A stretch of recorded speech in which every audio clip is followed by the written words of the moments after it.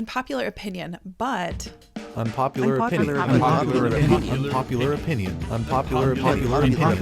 Unpopular opinion. You're listening to Unpopular Opinion, a podcast for professionals from all walks of life who want to hear success stories from innovators who've won by taking the path less traveled. In each episode, recovering journalist and content marketer Ashley Amber Saba interviews individuals who have prospered thanks to their genuinely unpopular opinions, despite warnings from naysayers, threats to their careers, and colossal obstacles. All rebels are welcome. Welcome to Unpopular Opinion. I'm your host, Ashley Amber Saba, and this episode is brought to you by my friends at the Audience Ops team. Audience Ops is a content marketing agency, and if you're looking to produce a show, then they're the best people to go to. They do all of my social media assets, and they make me look good on here. They record, or they edit the recordings. They pretty much handle all of the legwork so I can focus on talking to amazing guests like my guest today. Hello, Brian Gibson, founder at B26N. Welcome to the show. Hey, thanks for having me. Glad to be here. I'm glad to have you. Today, we have a hot topic, and your opinion that we're going to be diving into today is that businesses do not want growth. They want control over everything, and they will sacrifice anything to get that. I would love to kick this off by just having you share a little bit more about your personal journey and how you came to develop this unpopular opinion about businesses prioritizing control over growth. Yeah, so I've been in 4 different industries, and so I've kind of seen B2B business and B2B2C, all different sides, all different functions. So yeah, I've seen a lot of different ways that people look at and think about how do we get to the goals that we're setting to achieve. And I think all the way back to when I was a kid, my mom worked 2 jobs, put herself through school to kind of work her way into a professional job at a company that you almost had to kill somebody to work there. It was so popular. And then just to watch the culture of that place go downhill and her kind of go in this back and forth journey of places where she feels really equipped and empowered and able to go do her best work, and then it's really controlled and micromanaged. And I've always wanted to be in situations where, like, as I've done the work, I kind of navigate into how I help people do their best work. And my first job out of school, I was lucky to be at a company for 5 years where we always just talked about how do we make better our new best. And we were always just rethinking, reimagining how we did things so that we could get to the goal better. We could do better work for our clients and partners. And then I went into environments where it was like, whoa, wait a second, you want to do something different? Like, you got to ask, you have to ask permission. We have to, and some of that I get, like, they're intricate, big operational things. And sometimes it's just, hey, I know the goal. I know the goal. I want to go after and get the goal. And so I mean, every business wants to grow. A declining business is bad. Obviously, nobody wants to sit at the top of a declining business. But I've been asking a lot of people, if I could guarantee you 10% growth with absolute insight into every single thing that was happening, or I could guarantee you 40% growth, but you probably wouldn't know exactly what it was, but you had a system that cranked it out consistently. Most people, I think, would go for, I want the predictability of knowing exactly what is happening. And that's where I kind of came to this conclusion. And I coach a lot of people on how to think differently to get out of that box. Can you talk to me a little bit about, obviously you are doing that now. You are out on your own. You're not at a company where you're having to ask for permission to do things. You are like the god of the company at this point. Is that why? I mean, my personal mission is to help people and ideas grow to their very best. So everywhere that I've been in mission-driven companies, I've worked at nonprofits, and even when I've worked in corporate, I've always put the people and the mission at the center of all the things that we do. And I've seen people, I've been at a large enterprise doing change work where we're taking a business that operates like 20 years in the past and try to get it 10 years into the future, and really encouraging and nurturing everyone along the way to realize there's a greater opportunity for you to step in and kind of be at your best and bring your creative juices to this thing and really drive it forward, and to let executives take their hands a little bit off the reins. Like, you don't have to prescribe what everybody in this 400-person organization does.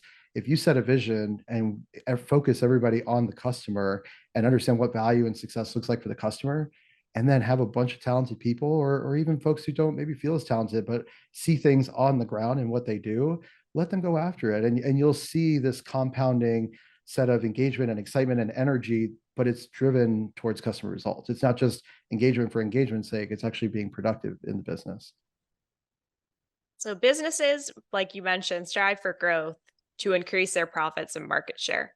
How do you reconcile your opinion with this objective? Yeah, so I actually think there's kind of a fundamental premise problem here, right? I think you're right that businesses today, we talk a lot about market share and profit. And don't get me wrong, those are important. But I'm a subscriber to Simon Sinek's infinite game concept. And if you read that, he talks about how Adam Smith and the invisible hand of capitalism, right? Where we're trying, what was the motive before was producing the best good and the best customer result that you could. And in doing that, by producing the best product, you produce profit. And then along the way, it got flipped. And it wasn't about the consumer. It wasn't about the mission.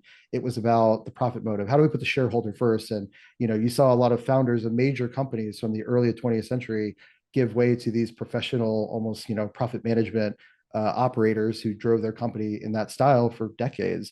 And I think we're starting to see a little bit of the unwinding of that to say, hey, what if we put the customer, it's not going to be 90-10, but if we put them 51-49, then when I start to ask the question of how are we going to make $10 million this year, I used to work at a software company. And when they say, well, what are we going to do to get to our 10 million goal? I'd say, well, we got a lot of talented people on my team. Like we could open a pizza shop and I guarantee we make the best pizza and we could probably make $10 million. Oh, no. We need to make software. Okay, well then why? Like what in the world do we think we're going to do to create value for actual real humans in the world? And what does success look like for them? And how do we go after that? So putting that customer just first is the leading things that lead to the lagging thing of profit and market share. I don't think we can lead with that and truly get out of our own way of these kind of control mindsets. I think that the argument for companies a lot of the times is about risk management, making sure that their company is stable, and that's why they feel like they have to have like all of this control over what everybody is doing all the time. How do you address that? That's a good question. I think there's this idea of certainty versus clarity, right? And so I think if we have the quote unquote perfect plan, or we put everything on paper, or we have every assumption documented, and we're tracking every risk, then someone who's a professional expert can look at that and say, okay, we're doing the right thing, and I can sleep well at night because I know what's happening. And I think that just assumes a level of authority and influence and control over the world that we just really don't have. The world is a complicated place. It's always moving. It's always shaking. We've heard the VQ, like, volatile or uncertain, yada, yada, yada. And I think at the end of the day, it's like not that we shouldn't have any plans, but we should be focused on adaptation, inspection. How do I have people who can do the work? And in doing the work, however they're doing their work, how can I get data out of that systems? And between Airtable and Zapier, we pretty much have all the tools we need to connect all the different things together, right? There's no excuse for manual status reports anymore. There's really no excuse for that hour-long meeting that 50 people get together. It's like, who really needs to know what, when, where, and why, and who has that knowledge, and how do I just make it no overhead to get the information I need? So I can inspect and I can see who needs what support and where am I seeing traction and where am I not. Like that's the risk management. It really needs to be adaptive to individuals doing their job as they're doing their job, being able to raise their hand and saying, I'm seeing success here, I'm keeping going, or I'm not. And how do I get coaching? How do I get support? Like that's real risk management, I think, in our current workforce versus the old style of waterfall of like, let's plan it all and let's just go execute. If if you're in construction, you need to have a super detailed plan. And like, we know the bridge is going to go like this, but in software and services, it's just too dynamic to really do that in an effective way. But they don't teach a lot of that management style in professional settings. And that's not what's taught and how people are brought up in a corporate setting. So I just don't think we have a lot of good tools on how people can learn that on the fly without risking their job at the same time. I completely agree. How do you navigate situations then when there's conflict between short-term control and long-term growth? Yeah, I mean, again, I think at the end of the day, people want to know kind of what's going on. And I think that the best way to do that is, if we have a long-term vision and, we have this big audacious thing that maybe it takes us 10 years to make what, that Steve Jobs dent in the universe. Okay, I'm backing up to what's my hypothesis of value for that customer. As a frontline manager, I should be absolutely fluent in that. It's not my job to do the work. It's the job of my team and their team and whoever to do the work. But I need to be able to question, coach, challenge, prod, add to, augment, connect dots for someone who's actually doing the work, right? So I feel like that control is really more, how can I enable, right? As a leader, how can I be a steward of like our company's idea and our customer promise and the talent and resource person that I'm like putting into that position to serve that? Like, how can I really be a useful guide and an advisor almost to them on the ground, but then also give them the agency to choose, right? Like I've led product managers where I say, I know that I know more about this domain than you do because you're newer to it and I've been in it for 5 years. It's not my job to make you feel like I know more. It's my job to help you discover the things you need to know for the next kind of month and then expand your thinking. Because if we do that every 2 weeks for, a year, you're going to race past me because you're going to be doing it hands on. If I make you dependent on me, well, you're never going to grow past me. And it's my job as a manager to grow everyone, past what I was able to do. Can you talk to any times when you've personally had any challenges advocating for a more people-centric approach, and having people kind of fight you back on that?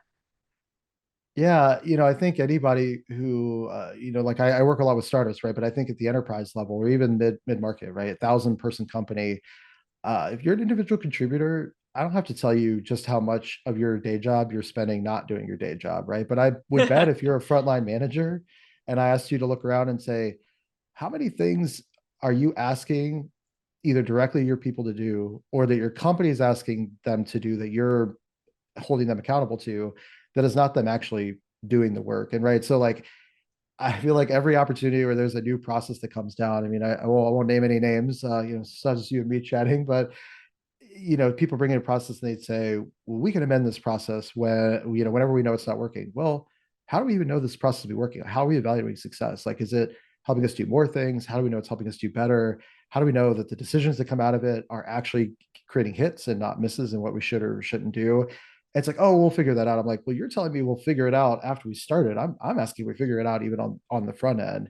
And again, I think that's where I always go back to, it's not about me. It's not about what I think. It's really as a team, whoever's making those collective decisions to do things a certain way, holding ourselves accountable to saying, how does this help us create more customer value? How does it help us understand when we're doing that well and how we do more of that? How do we know when we're off track and we need to figure out something else? Like, hey, you try things, they don't work. Okay, how do we know when to move versus just pivot all over the place?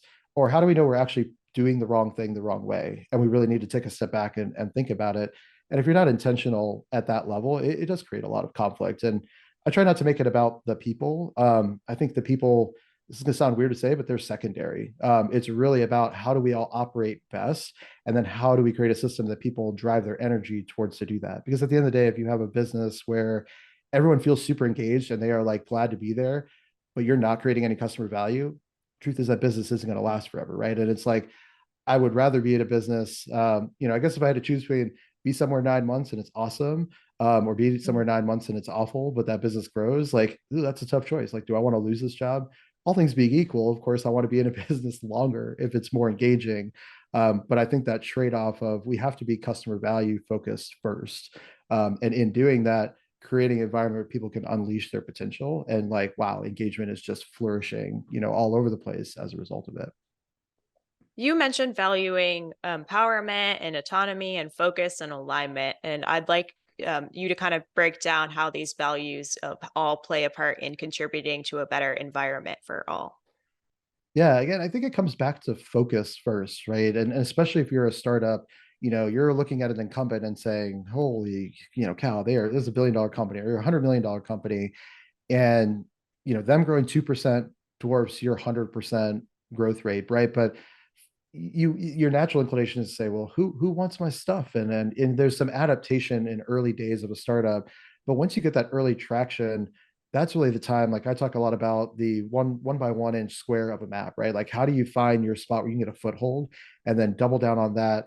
Because the solving one gives you the right to do two, gives you the right to get to, 5 and then upwards to 10. So I think it all starts with focus, like who's our customer? What about them attracts them to us? Like what makes us useful to them? How are we solving their problem? And how do we really understand as a team that whole continuum? Like I work a lot in B2B, and in B2B, even in product led growth, it's not just about the product. There's a whole buyer experience.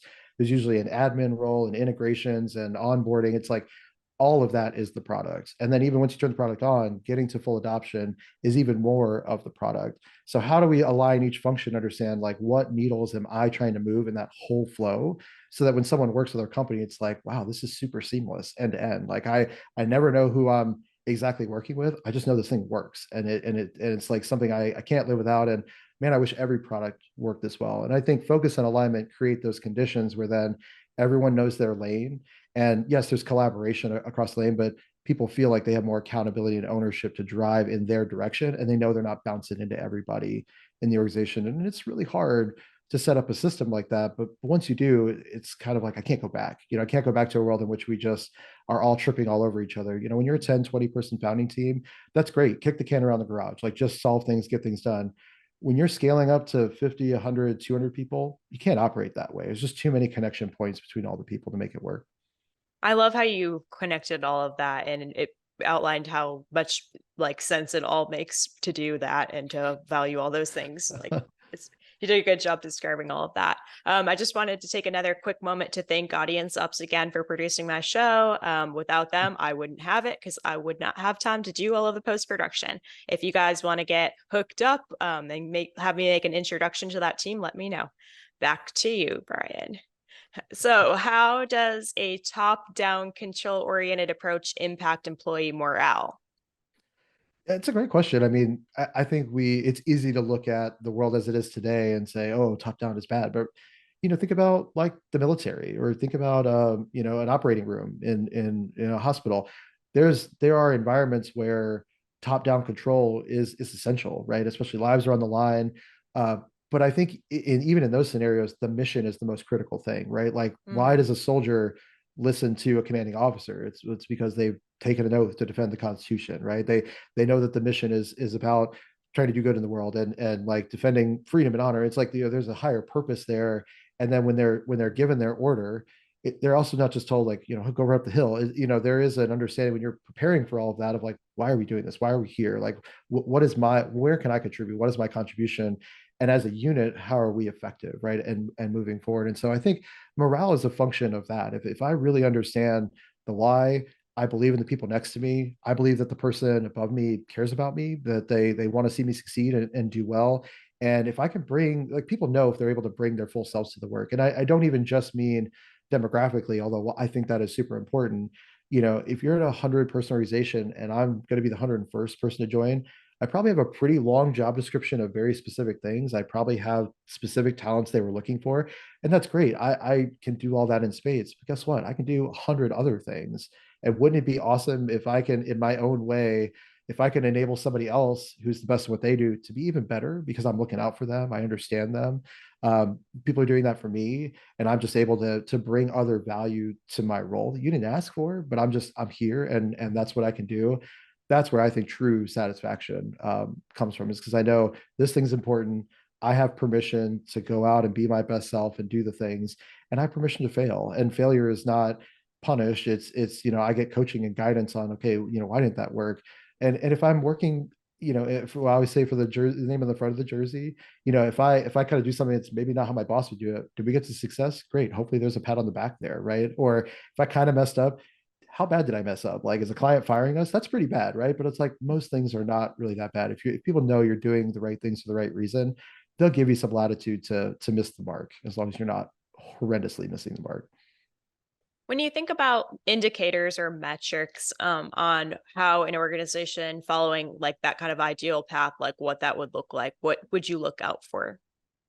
Yeah, so there's kind of leading, lagging indicators. I mean, obviously, lagging indicators. Gallup has a ton of research on employee engagement, and then there's plenty out there, but they have historically higher outputs. They have higher profits, longer enduring customers. Their brand reputation, their employer reputation is better. So obviously, those are all outputs of success of the work. And I think when you're in the environment, there are leading indicators as well. I mean, and you can measure employee engagement, and that's one, I think, useful metric. But I think there's qualitative things that you have to be open to being truly critical and self-critical. A lot of people want to be, and I'm an optimist at heart, but I also look for what I call disconfirming information. Before I just believe something, I'm going to try to find that that's not true. So if I ask a direct report, hey, how are things going? Tell me about what this thing is going, like this client relationship. Of course, they're going to tell me it's good, right? I'm their boss, and they want it to be good. And it's like, okay, I want you to give me 3 specific things that you want to see be done better. What's not up to the standard you want, or where do we think we're letting them down? And so I just dig in to where I think the pain should be. And some of that comes with experience as a manager. And usually they start to get to it. And I'm like, it sounds like we are doing good. And it sounds like we're not quite where you want to be. Yeah. Like, I want to keep pushing for it. Great. How can I help with that? I think it's stuff like that. I think it's really a little bit more qualitative, and it's baked into the culture of how you look at going after opportunities and how you build relationships with people and solve problems. That really gives you that barometer. And then really that leadership culture goes all the way back up to the top, right? Like the CEO or C-suite shouldn't be in the weeds of all the things. Like their number one job should be, how am I equipping people who lead people to lead people, and like really understand how they're viewing that chain? Because if they can figure that out, then every layer, of people leadership under that will only get better. Well, speaking of the leaders, then, what kind of qualities do you think that leaders should possess to be able to implement that philosophy? Yeah, I mean, how many people are there in the world? There are probably that times that of opinions on what makes a good leader. So I'll give you my flavor. I think there are four key things. One, I think, is honesty. That's telling the truth, the whole truth, and being transparent. I've had direct reports that have said, you've told me things that no manager has ever told me about the position of the company, or how clients see us, or our standing on the team. And it's like, I don't do it to bring people down. I do it to help people see real reality so they can deal with the world as it is and make decisions for themselves too. Now you got to be, some information is confidential, and I get that. But to the greatest extent possible, I'm really trying to be open and share, because I expect my people to do that back with me. Like, you're working out in this job, doing things I don't know. Every layer you get away from the work, you're probably losing 50 to 70 or more percent of the knowledge that's useful to making a decision. So it's like, I want to know as much of that as I can without, again, taking all your time. So I think honesty creates that two-way street. Integrity, I think that's not only keeping your word, but we're human. We can't always keep our word. Like, if I promised something to you at noon and I got it to you at 1, I didn't keep my word, right? But I think we look at honoring our word. How do we, if we're going to not keep our word, how do we keep people whole in the promise that we made them? How do we make it up to them? And being transparent of, hey, I'm missing the mark here, but I want to keep a good relationship with you, and I want to be a good partner. How can I do that? I think appreciating nuance is another one. I think, as a non traditional one, there are details, and there are infinite amount of details. Nuance is details that matter, right? So I can look at any plan or any work that you're doing and be like, why don't you just do this? And anytime someone says just, it's like clear sign you don't understand all of the trade-offs and challenges that someone doing the job is doing. So I want people to know I appreciate the nuance, and I want to try to filter through it. I can't know it all, but I want to make sure that I recognize you're in the best position to do the work, and I appreciate that about you. And then I think the most important thing is stewardship, right? Careers and jobs are getting shorter every day. And so whenever someone works for me, or someone works at a company, I want those people to know I'm a small part of a long career journey and an even longer life journey. And so I want them to be able to look back on the time and say, wow, they really understood my goals. They understood what I cared about, what I hoped for, what I was afraid of, where I was in my phase of life. And they really pushed me along. Like, I had one direct report who only reported to me for like 6 or 7 months before he left the role, and then I left the role, and he got laid off from a future job. And he called me and said, hey, I just want some career advice. Like, I know you cared about me and you helped me get from here to here, and I'm lost. Like, I want to kind of help get from there to there. And I thought, wow, like, I didn't expect you to be the first phone call. But I think it's an easy choice that we can make. I mean, there's risk there to the person doing it. Putting the person ahead of the business feels like a risky thing when you're a manager.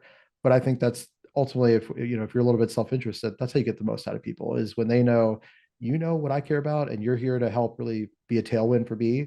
I will work hard on the things you put in front of me, because I know they're going to be valuable for me and you. I mean, that was the perfect answer. As My you look trap. into your future, like what you would hope for businesses, what kind of things are you hoping will happen, and how do you think you might be able to play a part in that? Yeah, so I think there's an individual contributor answer and a leader answer. If I'm, I think back over my career as an individual contributor, and when I was young in my career, I mean, I wasn't setting the world on fire financially, but I still needed a job, and so there's definitely risk there, right? But I think in the areas where you can, ask those tough questions. If you feel like your work is not as effective as it could be, advocate for it. And I joke a lot about being a pirate versus being a sailor. Pirates and sailors have very similar skill sets. Sailors go with the law, and pirates go against the law. And sometimes it makes sense to be a pirate. And as long as you're doing it for the right reasons, again, you're doing it in the best interest of the customer. If the person that is not giving you that permission, if you can articulate to them before you become a pirate that you understand their goals and what they care about and how you're working aligned to that. And they're like, yeah, I get it. I still don't want you to do all these things, but yeah, you get it. Then when you take that risk and you get a result, you don't want to throw it in their face, but you could say, hey, like, I can be an asset for you. It's not about me. It's not about credit to me. It's not about like me trying to take ownership empowerment, although like it is. But you can show them like I am a tool that can help you in this company succeed. And in doing that, I'm being my best self. And like that's kind of my selfish interest there. So, pick your spots, but the more you can be a pirate when the situation calls, the more you'll also give everyone else permission to do the same. And it's been funny when I've left companies and there are people that I kind of knew, through Slack, like I've just been kind of everywhere in Slack channels and companies, and people reach out to me and say, I'm going to miss your presence and influence in this way here, and like things that kind of inspired me. And I'm like, I had no idea, and I think people don't realize, especially in this remote first world, people are looking and watching, and you just doing that can be an example to folks, right? And I think on the leader side, uh, I would encourage people to be a little bit more comfortable being uncomfortable and asking these hard questions, starting with themselves and their team. Like if you really thought, how much work am I asking folks to do that isn't about getting their job done? That's kind of CYA and getting permission. How is that serving you? What if you tried to put one thing down? What would that do for you? And it's hard if you don't have that relationship with your employee to talk to them and say, okay, where are we at here? Like, where's going on? Because you're going to get oh, everything's great. No one's trying to rock the boat right now. But if you ask really pointed, specific questions, hey, look in the last 2 weeks of your email and your calendar. Can you show me 3 to 5 things that you've done that have distracted you from your work that either I asked you to do or the company asked you to do? And like, help me understand what the trade-off was of doing that versus this. It invites the conversation of like, hey, I understand what success looks like for your role. I understand that there's an opportunity for me as your manager to help create space. And I want to talk about real specific things. And I don't want to come down on a hammer with you, right? But I don't want you to make things up either. If you can't really find any of that evidence, okay, then maybe we're in a good spot. But I can almost guarantee anybody can find 3 to 5 things that are recurring that are happening. And if you get real specific like that, people are going to be able to give, actual things that you could work on and say, okay, how can is there one that I'm assigning you? Great. I'm going to stop that one. Like, let's see what happens over 2 weeks without it. If it's like my boss's boss is asking you to join a meeting once a week, okay, let me talk to them and see if I can just go to that meeting. Like if I really need you there, okay, how might we make this a little bit easier? It's stuff you could do in a day too. It's not stuff you have to go to a training for or get coaching on. It's just a decision to prioritize a little differently and finding ways to follow through. Do you have any advice for job seekers who are looking to escape a top-down environment? Maybe flags they could look out for before they actually join a company that was not a good fit? Yeah. I guess my first piece of advice, because I've learned this the hard way, is sometimes the devil is better than the devil you don't. So, you can always look at an environment and say, man, this sucks and this sucks. But everything looks great on a marketing website and everything looks great in an interview, but there's reality there, right? And so I think if you're talking to other individual contributors at like in an interview process, again, don't ask like, what do you think is in the future? Or, what would you like of this? I mean, ask some of that, but don't take it as gospel for how it is. Really dig into, tell me about the last time XYZ thing happens, or tell me about tell me about how you inform leadership, in the last 2 weeks, how have you informed leadership of what we're doing, how it's working, and how do they give feedback, about that?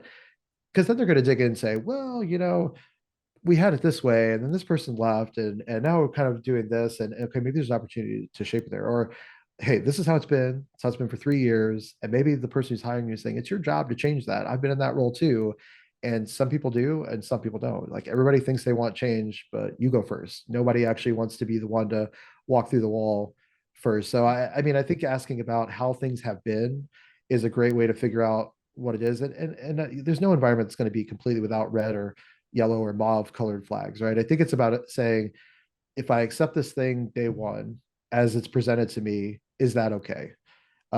If I expect day one to day 100, it's going to be here and it's only, a third of the way along. Am I okay with that? Or if it gets worse than what it is now, and just I think being open. I mean, I've taken on roles where I saw a room littered with red flags. but it was my job to help pick up the flags. And I thought for 60 days that was happening. Over the next 60 days, it clearly wasn't happening. And I was like, okay, I took a shot and my eyes were wide open. I was not upset about the scenario, but I had to be honest with myself and say this, another 120 days is going to help it here. So yeah, eyes wide open, looking at actual stuff and being willing to accept that you're owning that decision, I think are the only real easy ways to move forward. If you could leave everybody with just one big takeaway, what would it be? Um, I mean, I think I try to be an authentic person. And I think authenticity in this whole thing is super important. As a business, you can you can do anything you want in the sales process. You can put anything on your website. You can talk about your product, but I really feel like, especially in tech, your brand value proposition, promo and marketing and all of the things are great, but really the product experience is where your brand lives. Like if you say, I care about equipping, enabling, and empowering this population of people to be better at work, and then you have like the most boring workflow that like is clunky, that's not communicating that you value them, right? And so I think finding ways throughout this whole process to say we care about customers and we're actually able to show in the experience without anyone talking to a customer. Maybe we don't even sell to them. Maybe we sold to this person over here and now this person over here uses it. I want them to look at this product and go, damn, I'm going to say 3 of the top like 5 value points that we would say just because of how they interact with that. Like I think authenticity is at scale is the only way you get there. And then it trails its way down, right? How do I authentically want to allow everyone to show up? How do I want them to have a voice and agency in what they do? And how do I create harnessed chaos versus really organized control that isn't going to help me grow to the greatest extent possible, right? Because like every startup is trying to chase that incumbent, and if you're not growing faster and more than at a humongous more rate than they are, you're never going to catch up, right? So I think especially in those earlier stage companies that are bigger than 20 people, that's when they really have to start to make the decision of I can be different, I can operate differently, and that's how I'm going to catch up to these incumbents. I ask everyone who comes on my show at the end to debunk an unpopular opinion, and I cannot wait to dig into yours. Yeah, so beyond this kind of businesses value control more than growth, I think the other one I hear all the time is timing is everything. And don't get me wrong, I mean there are such things as bad timing, but I think it's easy to look back and say, oh, after the Great Recession, we hit certain sets of trends and Airbnb came and oh, look what Airbnb became, and so it's like, oh, we're in this part of the recession and things will evolve and emerge out of here. And I think it's impossible to look at the landscape of things and say, oh no, we need to wait 6 months, or oh no, like we do it now and we'll have a first mover advantage and then we'll win. I think really this focus and this alignment and this empowerment and really going after a big idea with a talented team and having that outside in focus is what creates a ton of value. When they say 90% of startups fail, I think a big part of them fail because they either have a great idea that they're not willing to adapt into a great product and service. And then if they have a great product and service, they're not willing to adapt into an organization that can handle scale and complexity. And so it's not that they just fail because they fail. I think they fail because of these kinds of things. I don't think timing has anything to do with it. I mean, I know a lot of folks are out there job searching, and this is probably the hardest time to find a job. It's like most people can't afford to wait 6 months until the timing is better. Like you have to figure it out in this moment now. And it's like I think you'll look back and say, oh well, it was great timing that I met this person here and this happened and then this happened, this happened. It's like there are a million of those paths in front of us. It's just a matter of sometimes being lucky and stumbling on that right one, like working hard and paying attention and taking in the world's feedback and saying, oh, here it is. It's a lot more of it than actually saying, oh, I'm going to pick the perfect moment because of all of these things. Like the world's just too complex for you to have any idea what the perfect moment for anything would be. I would love to let everyone know where they could go if they want to find more of you. Yeah, I'm on LinkedIn at / Brian A. Gibson, and you can find me on my website at b26n.com. And I have the beginnings of an Instagram account at Brian_B26n. I do a couple things on that's more like for fun and parenting, and my kids enjoy like getting into the social game. They're 9 and 7, so yeah, it's gonna be a crazy world out there. I got to figure out how to help them get into it responsibly. So yeah, that's where you can find me. I'm going to be following you after we get off of this now. Thank you again for coming onto the show today and for giving me a lot of valuable advice, and of course, giving my network it too. But I'm not going to pretend I'm not selfish a little bit about what I extract from all of these. But I enjoyed having you on. I enjoy having you part of my LinkedIn network, and definitely follow him. If you're listening to the show today, he has good content and he is a good human being to know. Oh, thank you again. Thanks, Amber. It's been great. I've enjoyed the show, and I'm super glad to be on and love the theme. Unpopular opinions are the only opinions that matter, in my opinion. Love it. Another unpopular opinion. Yeah, that's right. Yeah. But thank you again. It was a good episode. Thanks. Yeah, thank you. Thanks for listening to Unpopular Opinion. This episode was produced by Audience Ops. If you're looking for help launching a podcast, Audience Ops handles all the legwork, so you can focus on providing the subject matter expertise. If you enjoyed this episode, please follow Ashley's show on Spotify, Apple, or YouTube.